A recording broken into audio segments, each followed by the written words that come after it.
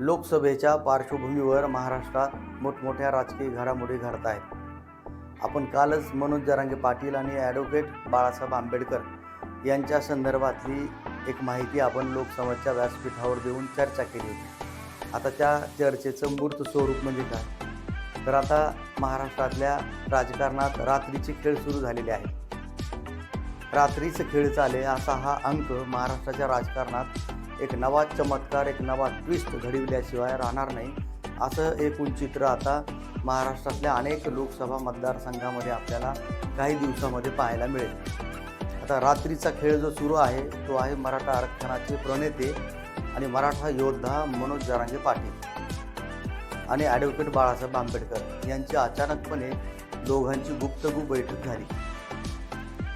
एका रात्री झालेल्या या गुप्त भेटीचं जे काही फलित आहे, जे काही गुपित आहे, ते 1-2 दिवसामध्ये आपल्याला पाहायला मिळेल आणि मग महाराष्ट्राच्या राजकारणात नवा भूकंप येतो की काय हे पाहणं खूप महत्त्वाचं राहणार आहे. त्याकडे राजकीय निरीक्षकांच्या आणि राजकीय तज्ज्ञांच्या नजरा लागलेल्या आहेत. आता 30 तारीख 2-3 दिवसावर आलेली आहे. मनोज जरांगे पाटील यांनी एक मराठा समाजाचा प्रत्येक मतदारसंघातला अहवाल मागवलेला आहे आणि हा मागवलेला अहवाल मनोज जरांगे पाटील त्यावरून नजर फिरवतील, त्यावर चर्चा करतील आणि चर्चा झाल्यानंतर शेवटचा निर्णायक फैसला ते करणार. आता रात्रीच खेळ चाले या अर्थानं ॲडव्होकेट बाळासाहेब आंबेडकर हे दलित समाजाचे नेते आहेत, एक बहुजन चेहरा म्हणून त्यांच्याकडे आज पाहिलं जाते.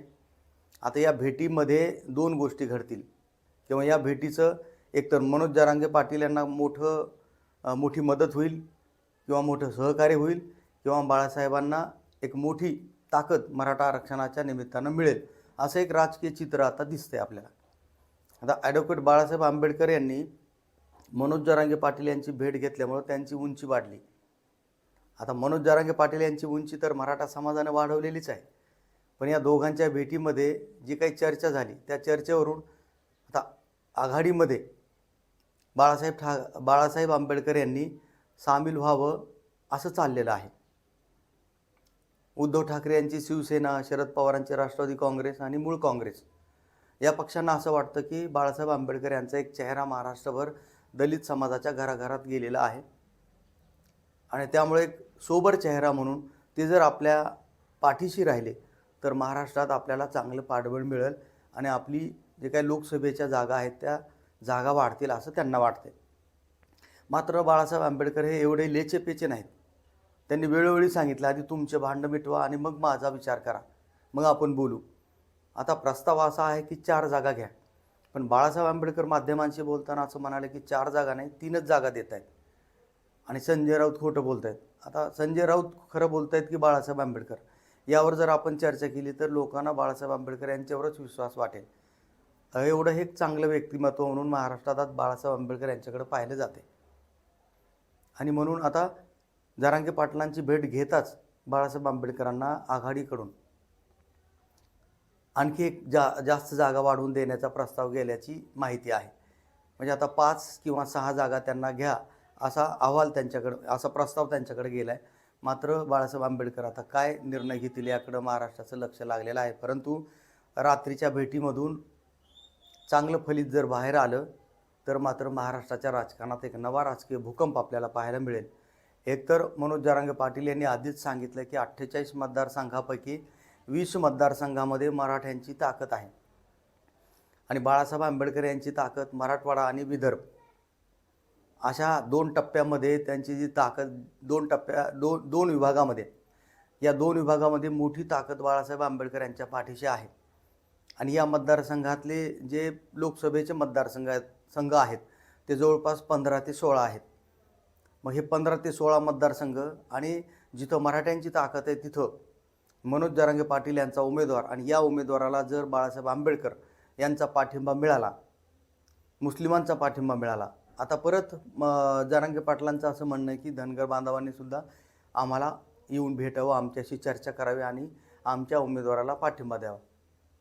म्हणजे धनगर, मुस्लिम आणि दलित असे हे त्रिदेव आपल्या मराठा समाजाच्या पाठीशी आणायचा एक नवा काय म्हणू आपण त्याला, नवं समीकरण मनोज जरांगे पाटलांच्या डोक्यामध्ये दिसतंय. आणि दुसरा महत्त्वाचा मुद्दा की ज्याकडं आपलं लक्ष गेलं की नाही माहीत नाही, परंतु लोकसमाजच्या व्यासपीठावर एक महत्त्वाचा मुद्दा आपण इथं सांगतोय, तो असा की मनोज जरांगे पाटील यांचा जो काही बोलण्याची जी काही स्पीड होती, ज्याला आपण अक्रास्ताळेपणा म्हणू, तो आता बदललेला आहे. कारण नव्या विंगमध्ये ते आल्याचे दिसत आहेत. आता राजकारणामधलं 2 भाग आहेत राजकारणात.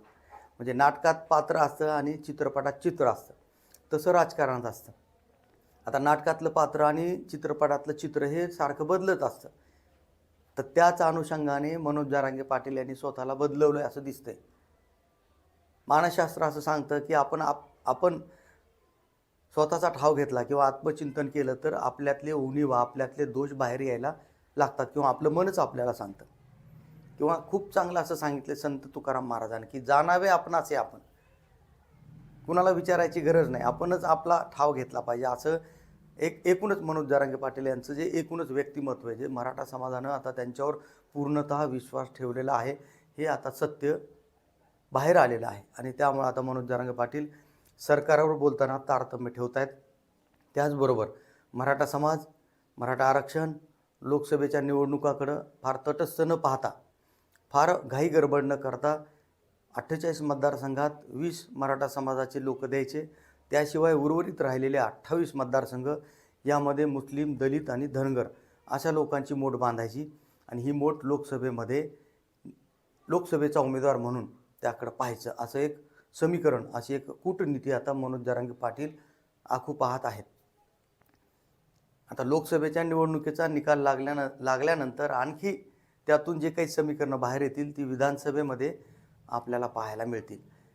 आत्ताचा जो रात्रीचा खेळ चाले हा अंक आहे, हा अंक महाराष्ट्राच्या राजकारणात नवा भूकंप घडवतो का, हे आपण 1-2 दिवसामध्येच पाहणार आहोत.